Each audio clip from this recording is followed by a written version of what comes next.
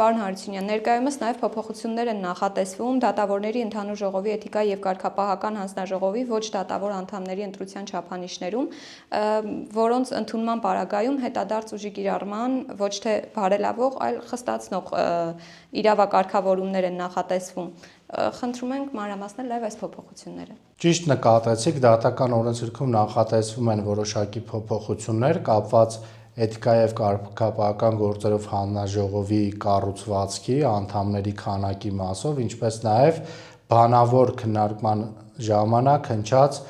այդ սահմանափակող նորմերի հետադարձություն տալու մասով։ Ուրեմն տեսեք, իրականում դատավորների ոչ դատավոր անդամների թիվը նախատեսում են 2-ից դարձնել 5, որի հիմնավորում որպես փորձում են ներկայացնել դատավորների կորպորատիվիզմի դրսևորման դեմն առնել, խթան հանդիսանալ, որ ոչ դատավոր անդամները շատանան, դրանով փորձեն իբր որոշակի հավասարակշռություն ապահովել դատավոր եւ ոչ դատավոր անդամների միջեւ, բայց ամեն դեպքում Վենետիկյան հանձնաժողովը մի շարք բանաձևերով հստակ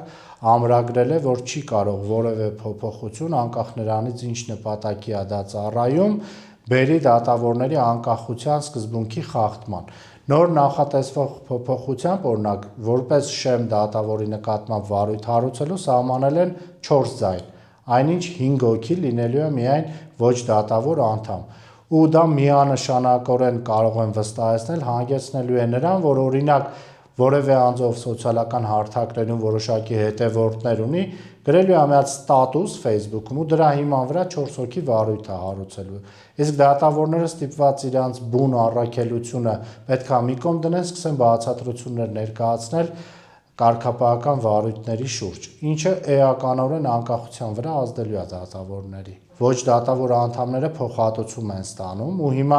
ընտրված լինելով այն պայմաններում, որտեղ համապատասխան սահմանափակումները չկար, հիմա ստիպված են լինելու բախվել մի իրավիճակի, որ ընտրեն կամ արտոնագիր կամ հանձնաժողովի աշխատանք, ինչը իրենց զրկելու է իրենց լեգիտիմ ակնկալիքից այդ 4 տարվա ընթացքում փոխհատուցում ստանալու։ Միաժամանակ դա նաև ակնհայտ է, որ ուղղակի միջամտություն է դատավորների ընտրությանը։ Իրանք եկել են, քվեարկել են, վստահության քվե են տվել որոշակի անձի ու հիմա